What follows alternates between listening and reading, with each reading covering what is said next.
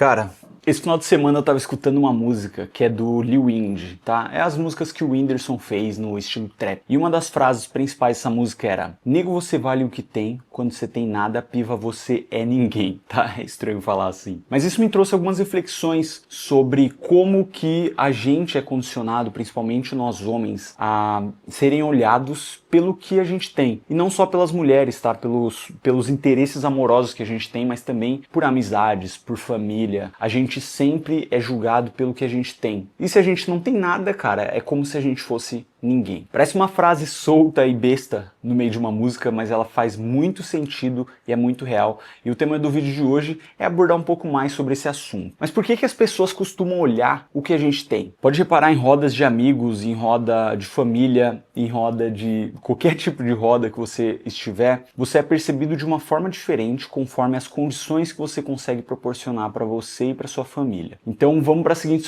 situação: se você está num almoço de família ali, pai, mãe, tio, tia, o centro dessa conversa ele sempre vai rodear a questão de, pô, você já comprou apartamento, você tá juntando dinheiro, você tem um carro, você tem uma moto, você deu entrada em alguma coisa. Por exemplo, quando um homem conhece uma mulher, os amigos desse homem perguntam: e aí, cara, ela é legal, ela é firmeza, tal, ela é gata, como é que é? Então é sempre num sentido muito mais ali da paquera, entendeu? E quando uma mulher conhece um homem, as amigas dessa mulher vão perguntar: e aí, qual que é o emprego dele? O que que ele faz? Entendeu? E claro que essa pergunta também tem um pouco de sentido de esse cara, essa pessoa, ela é uma pessoa que tá correndo atrás de coisas, ela liga pro futuro, ela liga pro futuro dela, inclusive, tipo, se eu tenho minhas coisas, se eu cuido das minhas coisas, se eu tenho meu trabalho, eu junto meu dinheiro, é um sinônimo de que eu me preocupo com o meu bem-estar e com o bem-estar das minhas pessoas próximas. Isso leva a um tema aqui que eu queria até conversar com vocês, é o papel do homem como um provedor. Eu sinto que eu me encaixo muito nesse papel porque eu tenho muito esse perfil do cara que precisa. Para que eu me sinta um cara completo, eu preciso ser um provedor. Então eu preciso prover para minha família, eu preciso prover para minha filha, para minha mulher aqui dentro de casa. Então, quando acontece alguma coisa que me coloque em algum certo risco nesse sentido, tipo, cara, pode ter o risco de eu não ter dinheiro para pagar aluguel, algo nesse sentido, cara, eu vou me desdobrar em 8, Mikael, e eu vou dar um jeito de resolver. Por exemplo, uma história aí curiosa. Quando eu descobri que a Regina tava grávida, né, a gente descobriu ali que tava grávida e tal, a minha cabeça virou uma chavinha no sentido de, cara, eu preciso agora ser o provedor master. Tanto que na época eu ganhava bem, porém eu trabalhava poucos dias na semana, tá? Eu era consultor e tal, então eu trabalhava poucos dias, trabalhava uns 2, 3 dias na semana e ganhava um salário assim que dava para manter a casa, aluguel e tal, eu e a Regina. Quando a Regina tava grávida, cara, eu me desdobrei e, sem zoar, parece clichê engraçado, né?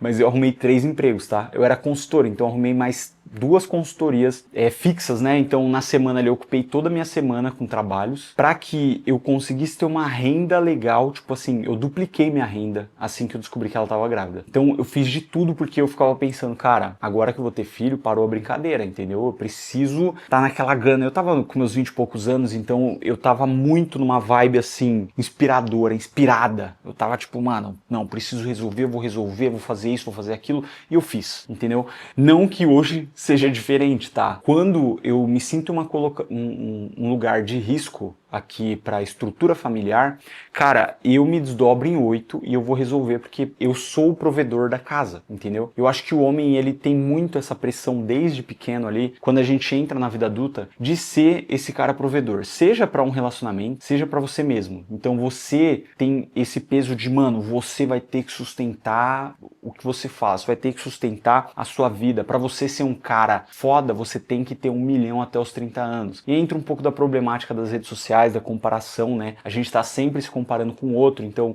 antigamente, quando a gente olhava para a grama do vizinho, era só olhar para a grama do vizinho. Hoje, você entra no Instagram e essa janela em que você olha a vida das pessoas é muito mais impactante. Fora que no Instagram as pessoas mostram sempre o lado bom das coisas. Então, quando você entra no Instagram, você vê vários influenciadores, várias coisas acontecendo e você fica naquela comparação, tipo, cara, eu precisava estar melhor, eu precisava ter um emprego melhor, eu precisava ganhar mais. E fora que isso, assim, impacta tanto os homens nesse sentido de eu eu preciso ser mais, eu preciso prover mais, quanto as mulheres também no sentido de você idealiza homens que estão naquela categoria, naquelas pessoas que você acompanha, entendeu? Então é muito comum que isso bagunce um pouco a nossa mentalidade, porém que vai afetar de fato a sua mentalidade é o que você interpreta sobre aquilo. Então por isso que é importante essas reflexões, por isso que é importante você parar e pensar um pouco sobre isso, entendeu? Você se sente bem provendo na sua família? Você é um cara que quer ser o provedor da sua família? Normalmente quem tem esse perfil, você se cobra demais, entendeu? Você vai se cobrar demais para você conseguir ser essa pessoa. Eu sou esse tipo de pessoa e eu não me martirizo muito sobre isso, entendeu? Então eu procurei todos os mecanismos para que eu conseguisse ser essa pessoa, tá ligado? Mas ao mesmo tempo também é uma armadilha muito perigosa isso, porque vai ter momentos que você vai precisar de ajuda, vai ter momentos que você vai precisar de apoio familiar, de apoio do seu cônjuge ali. E quando você tem esse perfil de provedor, normalmente você não quer ter esse tipo de ajuda. Você quer, mano, se virar, você se vira e faz. E se você tiver nesse momento de fragilidade, quando alguém tá te ajudando, você se sente muito, com a autoestima muito baixa, você se sente muito para baixo, porque você sente que não tá nesse papel de provedor. E é muito importante você ter esse tipo de reflexão, porque só daí você consegue interpretar os sinais das coisas que estão acontecendo na sua vida. Então, porra, eu perdi meu emprego. Quando eu fico com a autoestima muito baixa, eu fico muito desestabilizado, cara, provavelmente isso é por conta dessa pressão de ser o cara provedor, entendeu? Então você precisa acalmar, tirar um pouco essa pressão de lado, por mais que a pressão também seja boa, e dar um jeito, resolver as paradas para voltar na condição que você tava, entendeu? Para voltar a ser o cara provedor. Mas ter a consciência disso, eu considero que seja muito mais importante do que essa garra de fazer acontecer. Quando você tem a consciência, você entende por que ter essa garra, como ter essa garra sem aquela pressão que te paralisa, porque às vezes a pressão e a comparação vai te paralisar e é pior, porque aí o cara que você quer ser, o cara provedor que você quer ser, você não consegue. Então, ó, vem comigo para você entender. Uma das formas principais para você se proteger disso tudo é exatamente essa, você ter consciência, você olhar pro espelho e falar, cara, calma, vamos entender o que está acontecendo. E depois de entendido, você tomar algum tipo de ação planejada, pensada, entendeu? Você não vai deixar de ter aquela garra, porém você vai ter um plano. E o plano, ele é muito mais importante. Essa é a melhor forma de você se proteger disso. Ter um plano, seguir esse plano, porque você sabe onde você quer chegar. Você sabe como chegar até lá. Mas e aí, será que realmente a gente vale o que a gente tem? Sim. Infelizmente, a resposta é sim. A gente é julgado o tempo todo pelas coisas que a gente tem. A gente é julgado quando a gente conhece pessoas novas. Quando você fala a sua profissão, você é julgado por isso. A pessoa vai criar todo um conceito na cabeça dela a partir da sua resposta. Com o que você trabalha, ela já vai ter uma média do quanto você ganha, onde você mora, quem você cuida na sua casa. Você mora com seus pais, se não mora com seus pais, isso tudo vai criar um julgamento em torno da sua pessoa. E, cara, isso é importante. As pessoas vão te julgar. E eu não digo assim para você fazer por conta dos outros, você tem que fazer por si essa mudança, tá?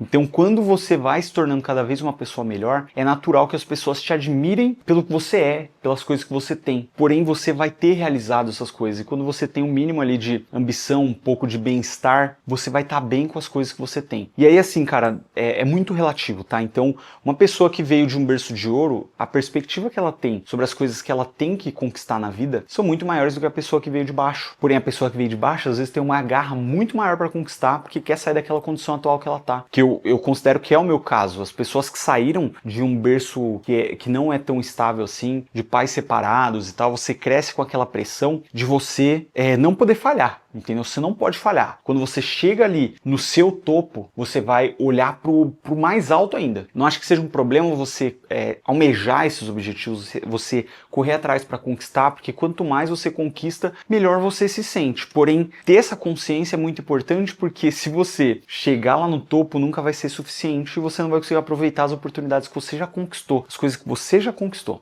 Mas as pessoas sempre vão julgar aquilo que você tem, o que você faz, se você tá desempregado, sua mulher trabalhando, cara, a pressão vai ser gigante em cima de você, entendeu? Então assim, as pessoas vão te julgar. Mas a questão principal é você tá bem na situação que você tá? Você tá bem, por exemplo, se sua mulher que é a provedora da casa, entendeu? Acho que não tem problema, nenhum cenário tem problema, desde que você esteja confortável com esse cenário. Eu tenho um perfil muito de ser o provedor. Se eu perco o emprego, se minha esposa começa a sustentar a casa, eu vou ficar num estado eu vou ficar maluco, entendeu? Eu vou ficar maluco. Então eu me coloco essa pressão, eu entendo por que eu tenho toda essa pressão, e assim, eu tô bem com essa situação, entendeu? Eu me sinto melhor se eu sou o provedor. Às vezes você se sente confortável na relação em que você não é o provedor, a pessoa está provendo para você. Às vezes você se sente melhor se os dois estão provendo. Porque às vezes, cara, você sente uma pressão tão alta de ser o provedor principal ali, que você não se sente confortável nessa situação. Às vezes você prefere viver sozinho do que viver com alguém nessa situação. Então ter essa clareza do